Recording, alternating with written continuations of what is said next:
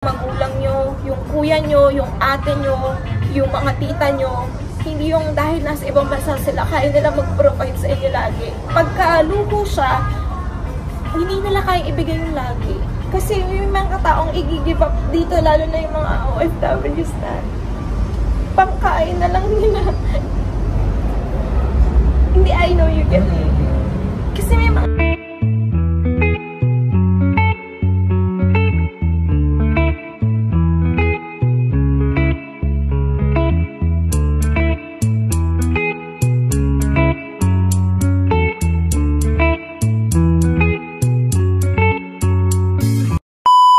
What's up, mga Leo?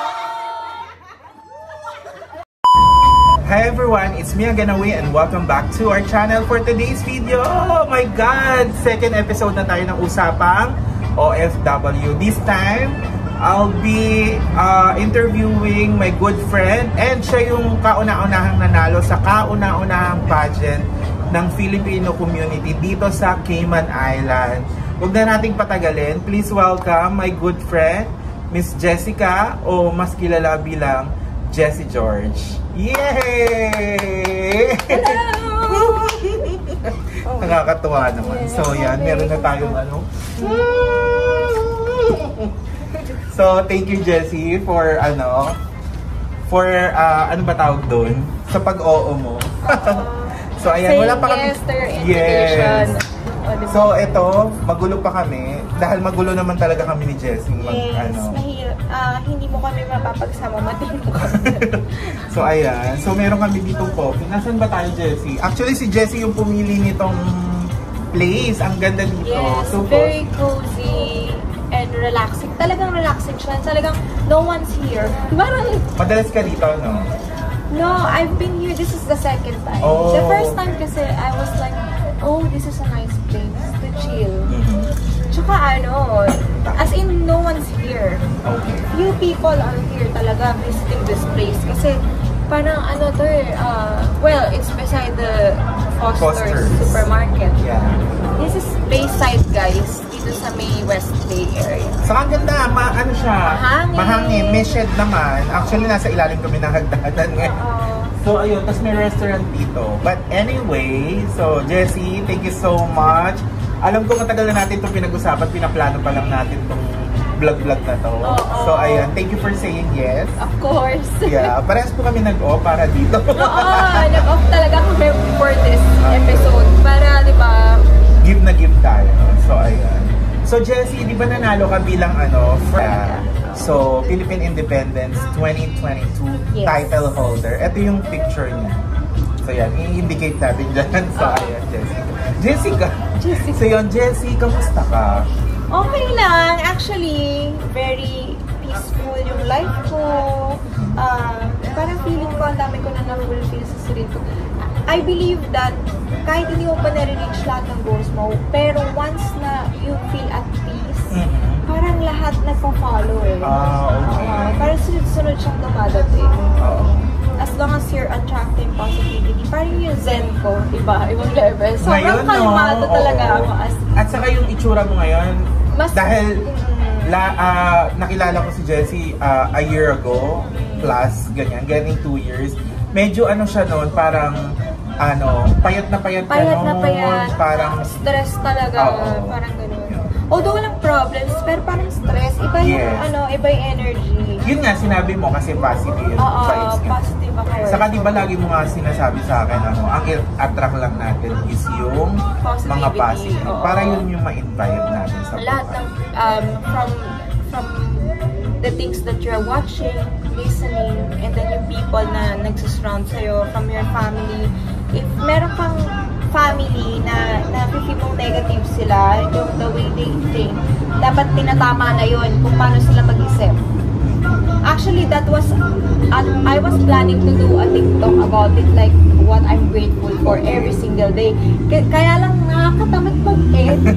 Sa totoo lang, nakakatamad, pero I have a lot of things na to say thankful for every single day. Correct. Kahit na sobrang messed up yung whole day ko, meron dyan na isa na meron magandang nangyari na na-overlook natin kasi nakafocus tayo dun sa negativity. Exactly. No, So yun. O may natututunan. Oo. Meron tayong ano yan eh, parang siya... Inspirational, something motivational na ano. Oo. At saka parang yung, ano nga yun, yung lagi mo sinasabi na parang about your peace, di ba? Yung mental health ko talaga. Yung advocacy ko yun talaga. Yung parang our mental health is really important. Yes. So, ayun. So, Jessie, how long are you in the island na pala? Kasi I believe matagal ka na sa isla. 7 years. Oh, 7 years na ako dito sa island. So, ibig sabihin you have 2 years left. Yeah, 2 years left. Tapos uwi na ako. So, yun. Pero, katulad nung una kong interview, gusto ko lang malaman, what brought you here sa isla? My family. Okay. I have a lot of families here. Most especially my dad. Yeah. Kasi dito talaga siya nag-work. Okay. Lumaki akong nandito na siya sa island. So parang kahit na hindi niya sabihin, parang I feel na after graduation ko sa island, feeling ko na ano ko siya, na manifest ko siya, na gano'n, na affirm ko siya sa sarili ko na after graduation sa island talaga ako. Oh, okay. Although walang plans ha. Parang sinabi ko na naisip mo lang. Bata pa lang ako, sinasabi ko na hindi, susunod ako kay daddy, susunod. Okay. And then it happened. Nandito nga talaga ako. Okay. Look at now. Yes. 7 years ka na 7 years. Hindi ko ma-imagine, guys. So, I believe yung mga taga-lugar nyo, si Jessie po kasi is taga-Marikina sa Pilipinas. So may mga kaibigan tayo sa Pilipinas na taga-Marikina. So, tubong Marikina po ako. So yun. Saka ang dami ko nakakasamuha dito, Jessie, na they are all from Marikina. As in, ang dami po nila. So, ibig sabihin ba nun parang yung taga-Marikina yung mga, thank you so much. Taga-Marikina ba yung mga unang mga tao dito? Parang something like that. Siguro, I don't know. Pero oo, possible talaga na talaga na mga Marikeno ang nauna dito sa island. Tsaka, meron mga Ilocano. Ayun ata yung mga unang-unang mga nandito. Okay. So, that was long time ago. Long time ago. So, ibig sabihin, malaking chunk ng Filipino community dito is puro Solomon. Tama ba? Yes. So, yes. Mga pioneers sila dito. Kumbaga, ancestors sila dito. Sa Filipino community, mga ancestors sila. Oh, I see. So, Jessie, di ba, nandito ang dad mo, di ba? Yes. So, sila yung nauna dito and yung mga relatives mo. So, yung pagpunta mo dito, ano ba yung mga, para lang sa kaalaman nila, no? Kasi, di ba, pagpunta natin dito, baka ini-expect nila, ganito yung work. Ano ba yung tinapos mo muna? Bachelor's degree of Tourism Management. Okay. Talagang sa sa hospitality talaga yung field. Yeah. Industry. Talagang yun talaga. Hindi lahat ng, kunwari kahit ano pang tinapos nyo, pagdating nyo talaga dito, hindi nyo naman maiisip yun. Yeah. As in. So, pagpunta mo dito, be, ano yung naging work mo? Retail talaga. Retail? So, more of mga souvenir shop? Yeah. Souvenir shops una. Bago yun sa waterfront lang. Kasi dito sa island talaga is yung dito, plakado yung tourism industry. Yes, super. As in talaga. Masasabi natin mayabong, no? Oo, grabe talaga. Yun ang bumubuhay sa island, yung tourism nila talaga. So, doon ako nag-start sa souvenir shops. Dalawang souvenir shops, tapos nag-transfer ako. Yung pangatlo ko is retail siya, pero cater niya is tourist and locals. Okay. Kasi mga surf brands ko siya. Okay, surfing something. Okay. And then yung current mo. Ito na, yun sa Another Chance shop. Oo. So yun. Ito siya yung blessing. Yeah. Siya yung reyna ng siya ang face ng Another Chance.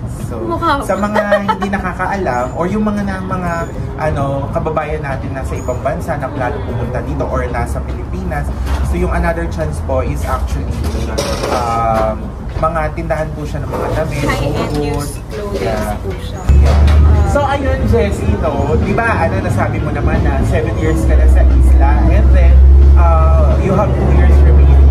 So, gusto ko lang malaman kasi question ko is, ano ba yung mga tingin mo mga naitulong sa iyo ng Cayman Islands? So, sa buhay mo, like, syempre nakakapag-provide ka na or do you have any investment? Yung question ko pong ito is to inspire not to brag or anything. Kasi Nahiya ako bigla. Oo.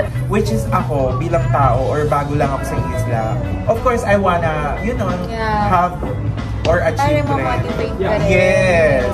On a positive note, nakaka-motivate talaga siya. Oo. So, ayun. Nakita mo, may napundar pala sila. Exactly. Yes. Sa akin, I think the first 4 years or maybe 3 years, hindi talaga. Wala sa plan ko. Okay. Wala. Kasi parang inisip ko na una, magbayad ng utang. Yes. Kasi it costs so much. I mean, To papunta live dito. here and papunta dito. Papunta dito, guys, Yeah. hindi siya biro ha. Kailangan talaga may backup ka. May pera ka talaga. Wala kayo sa ano ko mag-ipon. Honestly, kasi hindi ako pinressure. My dad didn't pressure me na parang kailangan sa ganitong age mag-ipon ka. Walang gumanon sa akin. And also, Wala. ang nakita ko kasi, parang wala ka naman Wala bubuhayin akong or bubuhayin. something. Wala. I'm single, guys. I mean, may fiancé ako now. Pero single, I mean, wala akong anak. Oo. Wala akong bubuhayin. Ang bubuhayin ko lang is my sister and yung niece ko. Silang dalawa lang. So, parang hindi naman mabigat, di ba? Hindi siya mabigat alagaan. Although, Correct. napapaaral ako ng bata ngayon kasi ngayon pamangkin ko. Okay. Pero hindi. So, achievement din yan, Oo, ha? achievement siya. Kasi Actually, magpaaral is magastos din. Oo, magpaaral. Hindi rin biro.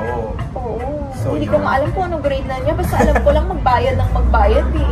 Pero alam ko mataas yung mga grades niya. Yun naman That's yung, good. oo, yun naman yung importante. Ako, Alam parang ko na fulfillment. nakagraduate na siya eh.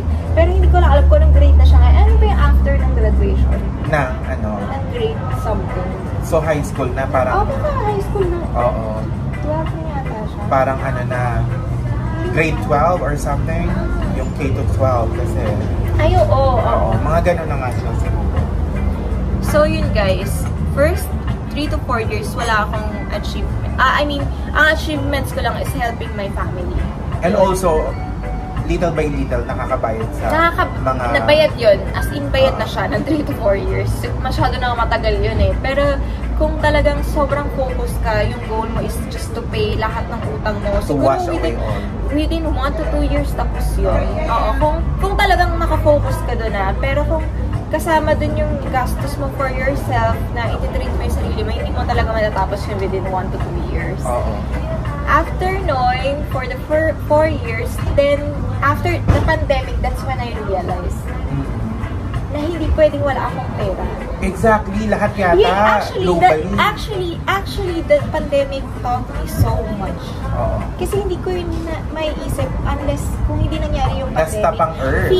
Feeling ko, even kapag ka nag-roll over ako, wala akong ipon. Yun yung feeling ko kung Yeah. hindi nangyari yung pandemic. Exactly. Wow. Oh, it's Thank you so nice. much. Margarita pizza, nice to share, a little snack.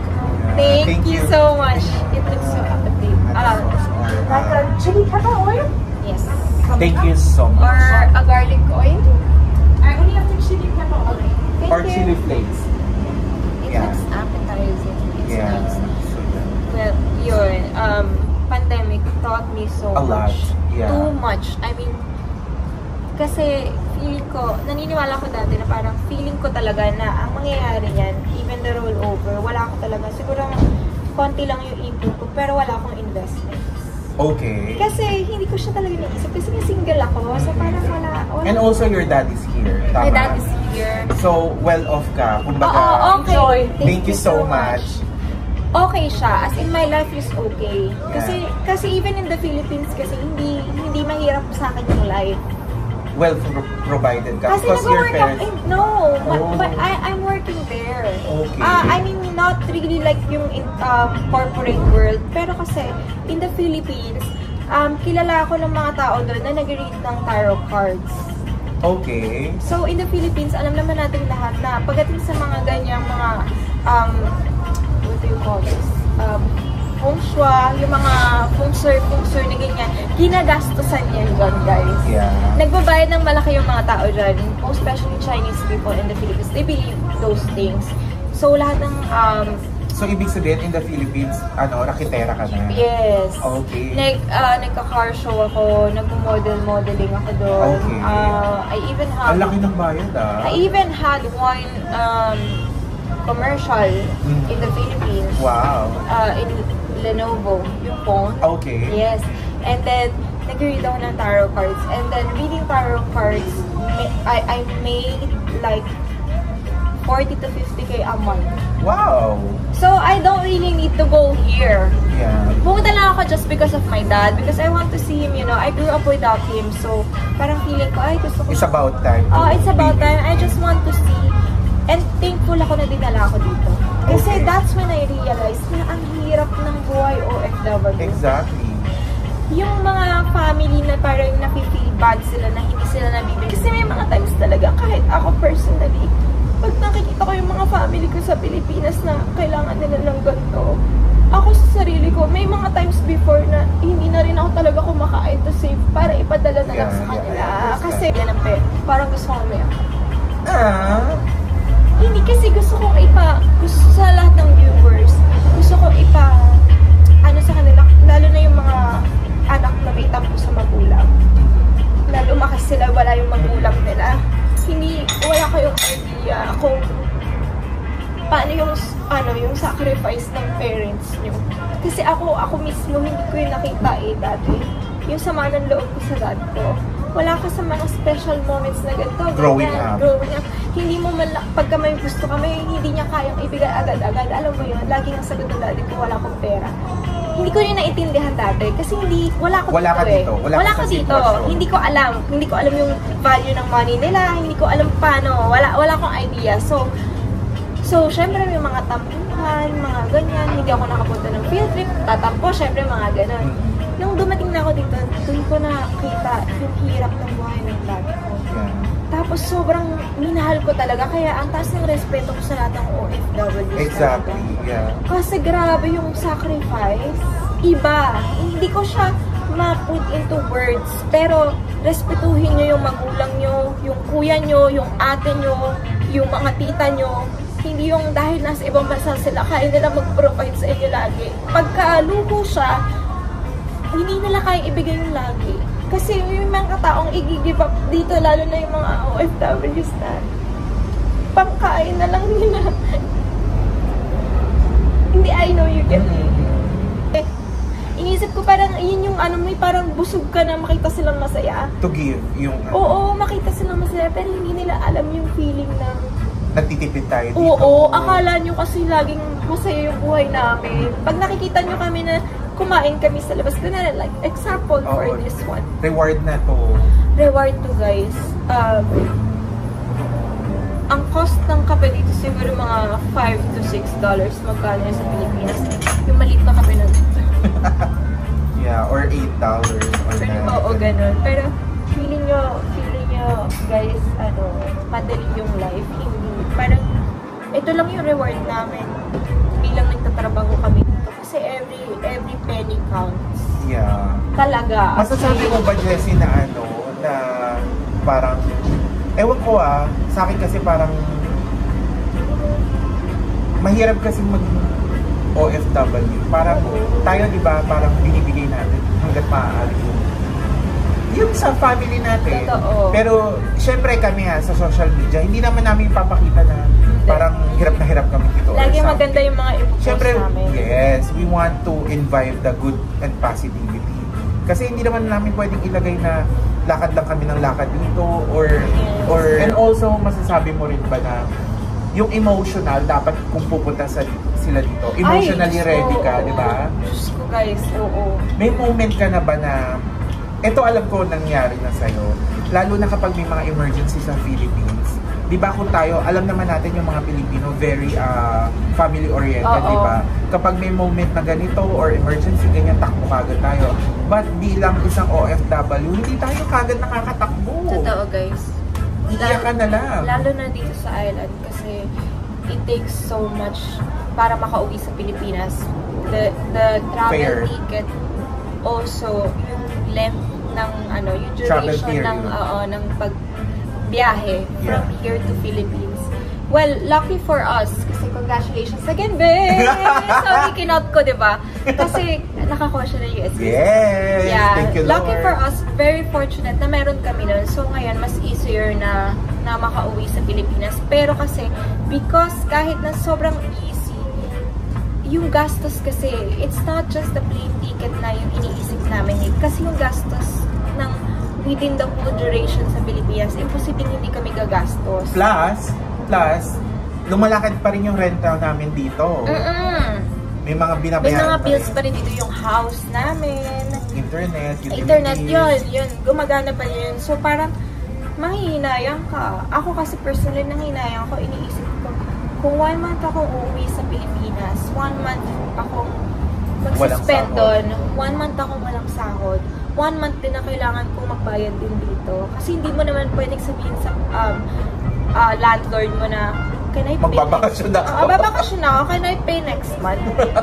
Pwede ba yun? O kaya sa sa network provider mo na, I'm gonna go on vacation. Exactly. Can you hold it? Yeah? Hindi siya pwede. Oo, hindi siya ganun. So, grabe yung responsibility talaga ng kailangan ready talaga. As in, yung magbabakasyon, ready dapat yung tayong lahat. Should I say,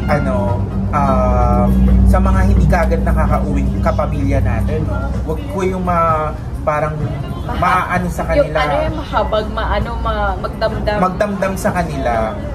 Kasi kailangan din nilang i-calculate yung gastos, hindi kasi biro. Like dito sa isla, I should say, di ba, okay yung sahudan dito. Pero yung gastos din dito, grabe naman talaga. Parang balance lang. Akala nila kasi porque, malaki yung kita. Hindi, ganun din. Kasi yung expenses din dito from rent to groceries to dito. Reward na to actually guys. Yung makakain kami sa labas. Kasi mahal talaga. Mahal talaga. Mahal talaga. So yung mga nagbabalak talagang pumunta dito, you should be ready. And siguro mga 3 months hindi na kayo masyadong nag-convert kasi you're earning na. Pero yung first 2 months mo, 3 months, medyo ka pa. Parang bibili ka ng soft drinks, iisipin mo pa. Isipin mo pa na ipadala ko na lang sa gano'n. Mahirap din sa emotional namin yun. So ayun Jessie, so parang sinasabi mo na parang bilang yung father mo yung nauna dito, hindi mo siya naiintindihan ng kabataan mo. Parang ang dami mong ganito, ganyan. Pero nung ikaw mismo napunta sa sitwasyon na OFW ka na, di ba? From hingi-hingi, provide ng parent. Ngayon, ikaw na mismo, first hand, kailangan mo na rin mag-share ng blessing na dumadaloy sa'yo. So, yun, doon mo na-feel na. Kakorek ko lang pala, sorry guys. Yung sa dad ko naman, kasi even when I was in the Philippines, yung dad ko kasi, nagpapadala siya, pero hindi na ganun kalaki. Kasi kumikita na ako on my own. Pero the responsibility ng tatay ko, hats off ako. Kasi kahit na kumikita na ako, nagpapadala pa rin siya. Kasi sabi niya, yung kita mo, sa'yo na yan. Kumbaga yung kita ko is for luho na lang. Kaya never nagkaroon ng problema yung dad ko sa amin ng about sa luho. Kasi parang 13 pa lang ako, rapidera na ako. 13 years old. Gumagawa ako ng way to earn money kasi may gusto kong bilhin. Okay, that's good. Actually, ganun yung maganda na pampalaki to sa mga bata. Sa mga sa mga magiging anak nyo, sa mga anak nyo. Lalo na kung OFW lalo na kung OFW ka, na iset mo lang na ganito lang yung padala. Kasi although mahal sa Pilipinas, people can adjust. I mean, Filipinos are really good. Filipinos are really good with this. Yeah, in budgeting. I mean, guys, seriously, magagaling talaga tayo dyan. So, pero kapag tuloy-tuloy mong ini-spoil yung anak mo, kahit gaano mo yung kamahal, kailangan mong pagdating sa money, kailangan kasi at an early age, matuto sila. To handle one's matuto sila na parang ang pera, pinaghihirapan. If you want something, you have to earn. And then, just to get those things. Yung dad ko ganun kapitin na rin. Hindi siya yung luho. Pag hindi related sa school, wala yan. Pag hindi talaga related hindi siya magpo-provide. Hindi siya mag-provide. Kaya ako gusto kong kasi may gusto akong bilhin Hindi ko na rin, new phone. Dad ko parang siguro mga 5 times lang siguro ako nabilan ng cellphone. Or mga 4 or 5 times. Kasi ako na yung nagbibili. Kapag may bago akong phone, ako na yung sarili ko na yung bumibili nun Kasi gusto ko siya. Correct. Kailangan ko siya magtrabahuan. And sobrang thankful ako sa dad ko sa part na yun. Kasi kung hindi niya kami na-train ng gano'n ng kapatid ko, baka wala talagang direction yung life ko ngayon. Kung na-spoil kami pagdating sa part na lahat ng luho. Ultimo traveling ko. You have to work for Yeah, I work, I save money. Unless wala, hindi ko na talaga kaya. Kunwari, for example, nag-Boracay ako when I was 16 or 17. Pero mga ganun age. I completely forgot. Pero nag-Boracay ako. Wala akong, ang pinag-ipunan ko dun yung ticket, but the rest, parang konti lang yung pocket money ko. That's when I called my dad. I said that meron kasi ako mga friends ko na sa Boracay ko. Huwingi na talaga ako ng pera, parang kahit konting pocket money. Pero ibig sabihin, hindi naman siya lagi. Hindi siya lagi. So my dad give me, because siguro, parang reward ko rin for myself. Kasi hindi ako talaga palahingi. Yun yung lagi na pinag-usapan ng dad ko. Na parang ang galing, lagi ko rin sinasabi sa kanya, magaling yung pagpapalaki mo. Kasi kahit na nasa ibang bansa ka, hindi mo in-spoil. Meron kasi, sorry, alam ko, uunahin na kita. Kasi, sa sobrang pagmamahal ng mga OFW na parents sa mga anak nila, hindi na napapansin. Ang ginagawa nyo kasi is, pinupunuan nyo sila ng material things. Kasi akala nyo, ang kakulangan nyo, kaya nyo ipunuin ng money. Hindi. Hindi nyo kahit anong bigay nyo, kahit ibigay nyo yung kunwari sa 100% na sahod nyo, 10% lang matira sa inyo, 90% ipadala nyo sa anak nyo. Hindi yun mapupuno. Hindi yun mapupunaan lahat ng pagkukulang nyo. I swear. So, ang dapat na ipag-train nyo, ang pinakamagandang i-train is kung how to handle money and yung pagsikapan, yung gusto. Kasi yun yung paglaki ng anak nyo, ma-realize ng anak nyo na thank you mama, thank you papa. Kasi kahit anong mangyari kasi, di ba, mga wala ang parents natin, tayo na lang matitira sa atin. Pag walang diskarte ang isang tao, wala. So at an early age, dapat palang i-train nyo na talaga sila. Kaya nga. So yun, guilty po ako doon. Kaya siya na talaga sinabihan ko. Kasi syempre, ganun talaga pag may uni ko syempre yun yung you want the best. Syempre, only the best. Pero kailangan talaga i-train sila, bata pa lang sila. Mahirap mag-no, pero dapat at an early age, kailangan matuto. Pero totoo yan, Jessie. Kasi meron akong friend, sinabi niya sa akin na yung mga bata daw, dapat paramdam mo rin sa kanila yung mga, ano tawag doon, yung mga medyo hindi lahat ibibigay mo. Bakit? Para they know how to handle yung situation pag sila na lang. Kasi kapag hindi sila natuto ng ganon, alam mo, yan na yung mga kabataan ngayon na iba na parang, alam mo yun, alam mo na, gumagawa sila ng beyonder, parang, diba, nang hindi maganda sa kanilang sarili. So, yun, siguro, maganda rin minsan na nadi-dishearten sila or what, para, you know, kasi they can also handle yung situation meron sila. It's teaching your child and your children na to be stronger as a human, as an individual.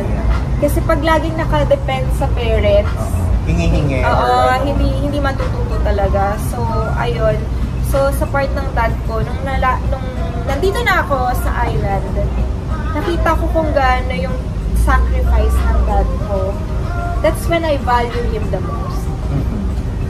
Kahit nung dumating ako dito, hindi siya, lahat ng problema ang pinagdaanan ko dito sa island, hindi niya ako tinulungan.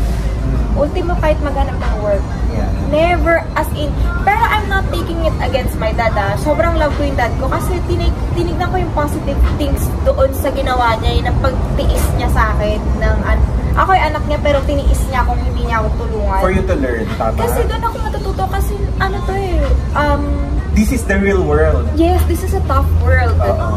Pagka nasa ibang bansa ka, walang pamilya. Yung pamilya mo yun, nandyan sa good times. Pero most of the times kapag hindi ako, wala akong sa yung galit or something sa family. Pero kasi ito yung realization ko na nandito na ako. I love my family, but when it comes to yung hard times na, wala sila doon. Pero I looked at it as like very positive na kasi I have to stand up for myself. Mag-isa ko. What? You didn't eat yet? Not yet. We're vlog. Yeah. It's okay. Thank you so much. Can I have latte? Latte, iced Hot. one or hot one? Thank you. So, yeah, mahirap siya. Kasi kailangan kong matutong tumayo on my own. At saka yung to solve my problems. Nang hindi yung parang humingi ako ng nang depende ako sa kanila. Just because magaganda yung status nila sa sa life nila. Which is now, I'm happy to say, hindi man ako yung kasing yaman nila. Pero my status in life now is way better than before, like 4 years ago. As in, okay yung life ko ngayon, guys. Saka yung aura mo ngayon is different. Yeah. From the moment na naka-enter ako sa same company that we have, nakita ko si Jessie, talagang ang payat niya noon, and then yung skin niya medyo rough. Ngayon, stress talaga. Ngayon talaga medyo iba. Saka tayo, very fun kami sa sa work. Sa work. Lahat ngayon, basta everything is like going into their right places. Yeah. Sobrang happy. Fulfilled talaga ako ngayon. So, ayun Jessie, nakita ko yung, narinig ko yung mga kwento mo. Gusto ko lang din malaman nila yung napagkukwentuhan din natin about sa... Siyempre, lahat naman tayo hinit ng pandemic. So, yung nag-hit ng pandemic, actually on my story naman, kaya naman ako napunta dito dahil bumagsak yung mga racket ko or businesses ko sa Pilipinas. So, wala akong ibang choice kundi pumunta ng ibang bansa to regain all the resources na nawala sa akin. And unti-unti na babangon ko yun. Pero ikaw, di ba, the pandemic hit all over the world. Pero andito ka, right? Yes. Yun. Gusto ko lang malaman, syempre, alam ko kasi nakwento po kasi sa akin ito ni Jessie. Pero gusto ko lang malaman nyo how hard dito sa ibang bansa. Di ba nung nag-hit yung pandemic, nagka-COVID ka or something? Yung kinuwento mo? No, I didn't have, hindi ako nagka-COVID. It was, kasi that time, kukwento ko siya, yung story na to, not to gain sympathy, pero to give you like, a perspective nung OFW thing, at saka yung para maging much, oh wow! Oh my God, from the small one. Yes, small. And it really looks special. Thank you. Yes. Thank you. So yeah, no, I don't want to get sympathy para dun sa kwento na to.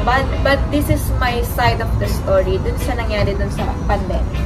And the reality. And the reality. For me kasi ito yung hindi nalaman ng lahat ng taong involved doon. Kasi nanahimik ako eh. Dinedba ko na talaga after, pinagdasal ko talaga sila tayo. Pinagdasal ko sila kasi pa sabi ko wala nang mangyayari kung ilalaban ko pa yung sarili ko. Parang wala naman na naniniwala. So parang bakit ko pa ilalaban? So what happened was, nakikitira pa ako kasi that time, before the pandemic hits, nakikitira ako that time sa isang family na sobrang close sa akin. Ampun talaga nila ako. I'm not staying with my dad. Sa ibang family ako. Na close naman din sa Solomon family. So I stayed there siguro mga 3 months or 5, 6 months. I don't know. Basta months din. Matagal din. And then pandemic hit. Pero before that, meron na kasi akong ka-live-in partner. Hindi ko siya, complicated yung relationship namin kasi hindi talaga namin na-confirm kung may label kami, pero magka-live-in kami. Pero hindi namin napag-usapan kasi talaga kung kami or hindi. Pero nag-live-in talaga kami. 5 months, 6 months kami nag-live-in dalawa. So okay, everything was going smooth. Until na I decided na lumipat ng bahay. I don't know why. Before pandemic yun So ewan ko, maybe my instinct says na kailangan ko maglipat or something, I don't know. And then after, nagkaroon na ng pandemic. But we're still talking, yung guy na nakalibing ko. Okay pa rin kami, as in, we're still communicating, we're still seeing each other. I was still like driving towards his house. Nung nagka-pandemic, what happened was, yung sister niya, naging positive sa COVID. Okay. By that time, binibisita ko yung guy kasi nagdadala ko ng food for him. Alam mo, syempre pagka, alam mo yun, in denial ka, pero mahal mo, papapansin ka. Parang everyone saying na it's not going well na talaga. Parang feeling ng lahat, parang wala na talaga kami. Kasi magkaiba na kami ng house. Pero hindi, we're constantly talking. Okay kami. Okay. Feeling ko okay. Sa part mo, okay kami. Ako ang hindi okay. Naiinitan. Nainitan ka na ba? Ano ka? Dito ka na lang, oh. Ayan. Ayan, okay. And after that, nag-positive yung sister niya. Pero late ko na nalaman. May nakakita kasi sa akin na kasama ko yung lalaki dun sa labas ng bahay nila. Yun ang chumika sa mga tao na ako, shut up lang talaga ako guys. Wala talaga akong alam kasi late ko na nalaman kung nag-positive yung sister. Pero ang pinagkalat nila, asa ka nang galing. Kasi we have group chat that time eh. Sabi may chika daw na nag-positive daw si ganito. Tapos ako, parang wala akong masabi. Ha, nasagot ko. Which is, hanggang ngayon, guys, Kinalaki naman na... Guys, alam mo, lagi ako napapahamak dyan. I mean, fun fact. Sa hahaha ko na yan. Kasi lagi talaga yun yung sagot ko. Alam nila yun lahat. Na pag may tinatanong sila sa akin, ang sagot ko lang hahaha. Kaya hindi alam kung seryoso o negative, ganon. So, nung time na yun, nag-reply lang ako ng group chat yun, ha. So, akala nila, kinonfirm ko yung issue na yun. Pero wala talaga akong sinabi. Kasi parang hindi rin nag-sink in sa akin na positive yung girl. So, ayan na, nagkagulo na. Nagalit na si ate girl. Ako daw yung nagpakalat ng kwento. Eh, ako gulat na gulat din. Tapos, yung ex na live-in partner ko, nagalit na rin sa akin kasi nagalit daw yung ate niya kasi daw pinagkalat ko daw na sobrang weird nung sitwasyon na yun. Then, nag-work ako that time. Tumawag sa akin yung tinitirahan kong bahay. Hindi na daw ako pwede umuwi. Oh, because parang nakisalambuha ka. Oo, nawala pa. Pero, nung time na yun, nagpa-check up ako agad. Pero alam ko kasing wala. Kasi wala naman ako, hindi ko naman nakakontak yung ate. Pero kasi yung, syempre kapatid yun eh. Magkasama sila sa isang house. So, ang iniisip nila baka, close contact. Ayun, close contact. Okay. Ayun, pinik out ako within that day. Diba? Sa house ko, tapos walang gustong sa akin. Iiyak na naman. Hindi kasi kahit yung family ko, walang gustong tumanggap. Ang hirap na guys ha. Sa car ako natutulog. Oo. Alam mo, nung kinuwento to ni Jessie sa akin, sobrang nakabag ako. Siyempre, paano yung buhay mo, di ba? Oo. Alam mo kung sino yung hindi ko ine-expect na tutulong sa akin. Yun pa yung tutulong sa'yo. Grabe, sabihin ko yung apelido nila. Pero yung isa, nakalimutan ko apelido niya, si Jetro, yung basketball player dito. Kasi siya yung, Jonas yun eh. Yung basketball player, si Jetro, kasi yung, yung family niya, nasa sila yung, industry, hospitality, sa food and bev sila, yung family niya. Tapos siya yung naging ka-close ko talaga na lalaki din sa, aside from Jonas. After Jonas, siya na yung naging ka-close ko kasi tatlo kami, nag-tryo kami. Pero yung isa kasi namin na close friend si Usual, umuwi na Pilipinas. So parang kami na lang dalawa yung natira dito. So that time, parang hindi ko alam sino yung tatawagan ko. Kasi lahat ng family ko, nilapitan ko na eh. Pero lahat sila ayaw akong tanggapin. Kasi that time, yun yung bagong-bago yung COVID na hindi pa alam ng mga tao how to cure it. Yeah, wala pa talagang idea ng mga tao. So parang siyang HIV, na parang siyang ketong, na alam mo yung parang natatakot lahat. Lahat takot sa'yo, lapitan ka. Yeah. Hindi pa ako nagpa-positive, pero takot na sila sa akin lahat. So, yun, si Jetro, kinausap ko siya, sabi ko, pwede ba makipark na lang ako ng kotse sa labas? Grabe yung, alam mo yung guys, yung, paano mo na siya eh? Naiiyak ako, pero kailangan ko siyang kasi, yung feeling niya na, gumuho yung mundo ko nun guys, kasi walang tumutulong. Ang sakit na parang nandito ka sa foreign country. Ang dapat, meron ng pamilya. Pero walang tumulong sa akin guys. Tapos edi yun, si Jetro, tapos lahat ng nandun nakatira, kung nasan ako nakatira now, kasi wala na sila ngayon doon, pero lahat ng Filipino nandun, sobrang thankful ako sa kanila.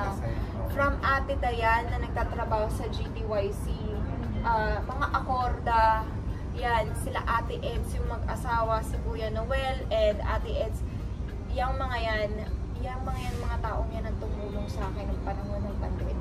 Kasi wala akong matirhan, kinuwento ko yung issue sa kanila at hindi sila nag-close ng doors. Kasi ako mismo nag-isolate sa sarili ko noong panahon na yun. Kasi sabi ko sa kotse na lang ako, nagalit pa si Jetro sa akin na mukha kang tanga, dito ka kasi may meron silang isang kwarto doon na hindi, dalawang double deck yun. So may isang nasa ibabaw na empty siya, pero lahat na nakatira dun sa room na yun is puro lalaki. So ako lang yung nag-iisang babae. Pero ang sinasabi nila, it doesn't matter. Wala na talaga ako, okay lang talaga yun sa akin, guys. Walang issue doon kung nag-isa akong babae. Pero yung respeto nila sa akin, ako yung nandun ako sa tuk-tuk, guys. Hindi ako lumalabas. Kahit kumain, hindi ako sumasabay sa kanila. Ganun ko talagang in-isolate yung sarili ko. Kasi iniisip ko yung well-being nila. Dahil nakitira lang ako. Hindi, guys. Sila pa nagagalit sa akin kapag hindi ako sumasabay kumain. At ang namin, yung kamay-kamay, di ba, bawal yung dati. Bawal yung dati, guys. Yung kahit nga lang suminga ka, bawal yun. Tumubo ka, bawal yun. Yung mag-ano ka pa yung magkakamay pa kayo, di ba yung laway-laway dyan, bawal yung mga ganyan. Nagagalit sila pag hindi ako sumasabay sa kanila. Tapos, lahat sila, ang mindset nila is, di pag nagkaroon, di nagkaroon ng COVID. Yan yung, doon ako napahanga ng buong family na yun. Wala ako talaga masasabi sa kanila. Kaya kapag pinagkukwentuhan yung incident ng pandemic, lagi ko silang bininida. Kasi nakita ko yung, doon mo makikita yung totoong kulay ng the true colors of a person. Kung paano sila kapag karoon ng ganyang tragic mga disasters or something. Kasi wala naman din silang pwedeng i-offer Wala silang gamot dun sa COVID. Pero Jessie, it's really mean a lot kasi during that time you feel alone, di ba? Oo, too much. As in yung merong magparamdam sa'yo na totoo yun, kumbaga, for example, yung mga at your lowest, kumbaga gano'n. Kaya nga, importante yun, kunwari kapag kayong tao may sakit, tapos kahit isang tao lang na nakapagparamdam sa'yo na okay ka, ay na parang susuportahan ka or something. Yeah. Isang tao lang yan. Mayroong magiging reason for you to leave. Yeah. Kasi sobrang down ko talaga nung time na yun, guys. As in, tapos parang yung pera ko nun magkano na lang. Kasi pandemic wala. Na-lay off pa ako sa work nun, guys. Kasi ako yung pinakabago. So, nawalan ako ng bahay, nawalan ako ng trabaho. Parang, alam mo yung question ko na, na, paano ako mabubuhay? Kasi nung mga times na yun, ang nagpo-provide pa ng pagkain ko, sila din. Sila Jetro, sila Ate Dayan, sila Ate Ed. Kailangan ipakilala mo ko dyan. Oo, totoo. Pag kinaalala ko talaga, grabe, taas kamay talaga ako sa kanila. As in, kasama sila lagi sa prayers ko kasi mabubuting tao talaga yung mga yun. Kahit hindi ko sila nakakausap, nakakasama. Iba talaga. Iba yung respeto na meron ako sa pamilyang yun. Pero I think pinipurso ka ni Lord kasi at your lowest or may mga angels siyang pinipurso. So I think talagang angel talaga silang lahat for me. So ayun, after ng pandemic, nagpa-test ako nun pala. Negative yung test. Okay. Pinost ko yun dun sa group chat na kung saan. Just to, tapos nag-shut up ako. Wala na ako sinabi. Pero merong isang tao sa group chat na pinagtanggol din ako yun. Nung habang kumakalat yung issue na ako doon nagpakalat, ini-name drop ko din siya. Kasi sobrang thankful ako sa kanya doon sa nagpaano sa akin, si Ate Maika. Si Maika La Peña. Na nag-ano sa'yo? Pinagtanggol niya ako. As in talagang lahat ng mga nag-comments dun sa group chat na yun, sumagot siya talaga na wala naman sinabi si Jessie, tigilan niyo nga yung bata. Naghahahalang naman siya. Kumbaga wala siyang kinonfirm, wala din siyang dininay. Nasa neutral ako kasi wala. Nung time na yun talaga, guys, hindi ko talaga siya, parang hindi siya nag-sink in sa kanan, pero chichismisan na pala nila iba. Ganun ako kalutang before. So, grabe yung Ganun ako kalutang before, guys. Pinagdaanan ni Jessie. Oo.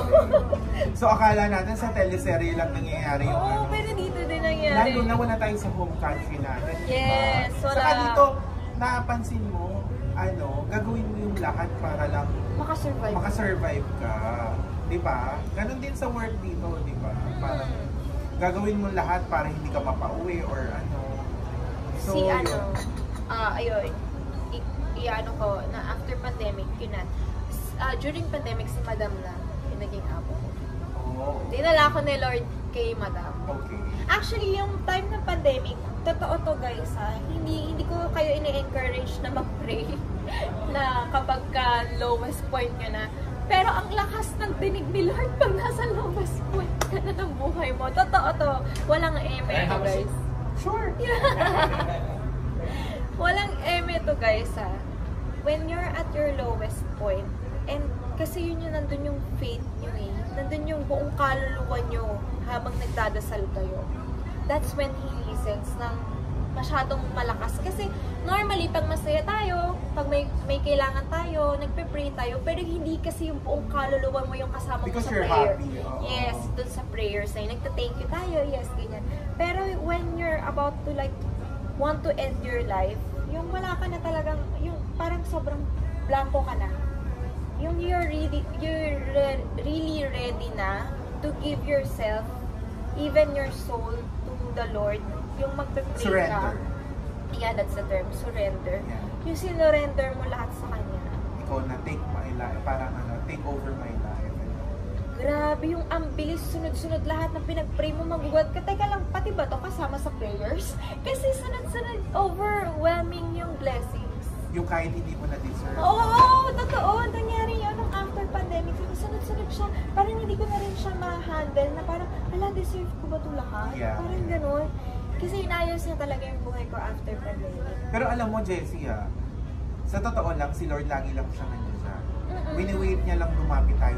Oo, totoo. Kasi hindi lahat, aminin natin lahat, hindi naman tayo lahat everyday nagsisimba, everyday nagdarasal. Oo, pero guys, grabe talaga. Iba, wala akong masabi. Parang iniit naman sa tao na kapag down, saka oo, grabe. Grabe. Ibig sabihin, sinasabi nga ng matatanda, parang kinakato ka na. So, yun. Kasi hindi human beings kasi tayong mga tao, hindi natin makikita, hindi tayo maniniwalang buhay siya unless down na tayo. Na meron na God really works in mysterious ways. Hindi natin yung nakikita kapag may so, positive na nangyayari. Kasi parang feeling mo, blessing, kadikit na ni God, blessing, okay, yes. Pero hindi ka pa rin yung parang taimtim na nagdadasal. May mga times na nakakaligtaan talaga natin siya, pero pagka nasa lowest point ka na, iba yung prayers nagmamakaawa ka na talaga parang gano'n, begging na doon siya talagang parang kumikilos na, parang nararamdaman hindi, parang sinasabi na sabi ko sa'yo, nandito kasi ako bakit hindi ka, di ba? Bakit ngayon ka lang hihingi ng tulong? Parang gano'n, parang ba't inantay mo pang nasa baba ka bago mo ko maalala? Gano'n, parang nanay, tatay, parang gano'n din, family, gano'n. O diba napunta na tayo? Napunta na tayo sa sa Diyos. Pero hindi, gusto ko lang kasi i-share sa mga viewers dito na yung life ko is very, parang roller coaster ride Pero never nawala yung faith ko doon. Lagi ko iniisip na sa lahat ng mga downfall ko, meron tayong isang God, whatever your religion is, may isa tayong Diyos na talagang aangat tayo at tuturuan tayo, igagay tayo na ito yung kasi yung yung choice mo You have to stand up for everything kasi lahat tayo may mga decisions in life. Yeah. And then, yun nga, just keep your faith. Basta meron kang faith hanggang dulo, nararamdaman ko talaga na kung gusto mo maganda yung buhay mo, isama mo ng dasal. Oo. So, ayun. Ang grabe. So, ayun, Jessie, thank you for sharing that. And also, balik tayo dun sa kanina na sinabi ko, yung hindi naman tayo magbabrag. Kumbaga, just to inspire people. Siguro na iba lang yung chika natin. So, ito, yung picture na yan. So, lalakihan ko na lang doon para makita nila. So, itong picture na to. Anong gusto mong sabihin sa kanya?